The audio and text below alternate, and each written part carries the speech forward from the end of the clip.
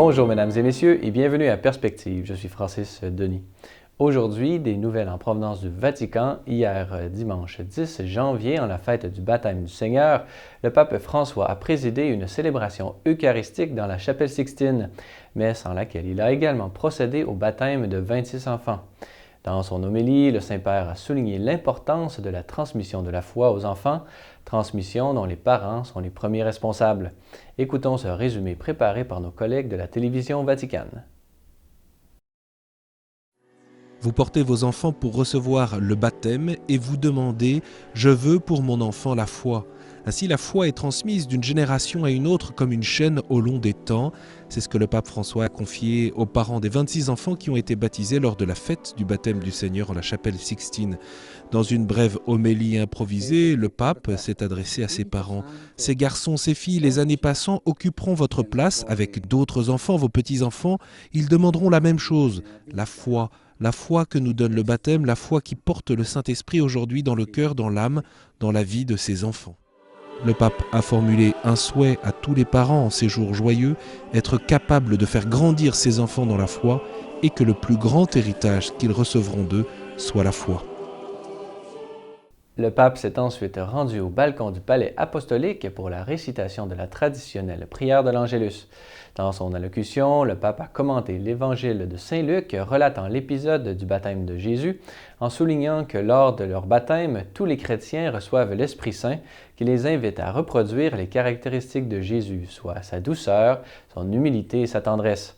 Enfin, le pape a admis qu'il n'est pas toujours facile de répondre positivement à cette invitation, mais a également ajouté qu'avec la force de l'Esprit Saint, tout est possible.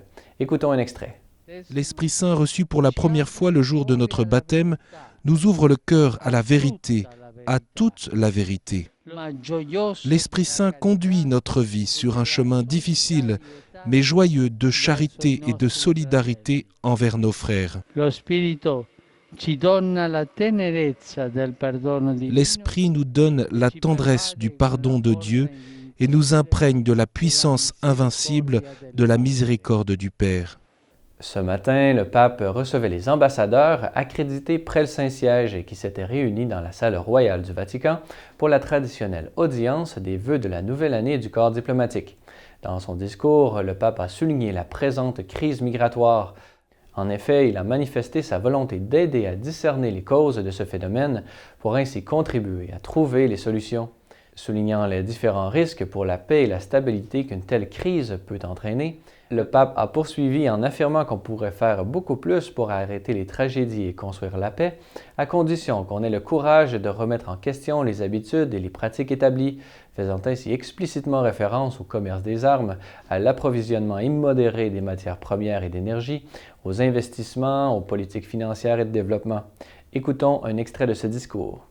Dans cette perspective, je renouvelle encore l'appel à arrêter le trafic des personnes qui exploitent les êtres humains, spécialement les plus faibles et sans défense. Et les images des enfants morts en mer, victimes de l'absence de scrupules des hommes et de l'inclémence de la nature, resteront toujours imprimées de façon indélébile dans nos esprits et dans nos cœurs. Celui qui peut survivre et aborder un pays qui l'accueille porte de manière indélébile les cicatrices profondes de ces expériences, outre celles liées aux horreurs qui accompagnent toujours guerre et violence. Enfin, aujourd'hui, aussi écoutons la voix du psalmiste qui répète « Au bord des fleuves de Babylone, nous étions assis et nous pleurions, nous souvenant de Sion. » C'est la plainte de tous ceux qui retourneraient volontiers dans leur propre pays s'ils y trouvaient des conditions idoines de sécurité et de subsistance. Là aussi, ma pensée va aux chrétiens du Moyen-Orient, désireux de contribuer comme citoyens à part entière au bien-être spirituel et matériel de leurs nations respectives. Voilà, c'est tout pour aujourd'hui. Si vous avez des questions ou commentaires, vous pouvez m'écrire à l'adresse qui apparaît à l'écran. Merci d'avoir été des nôtres. À la prochaine.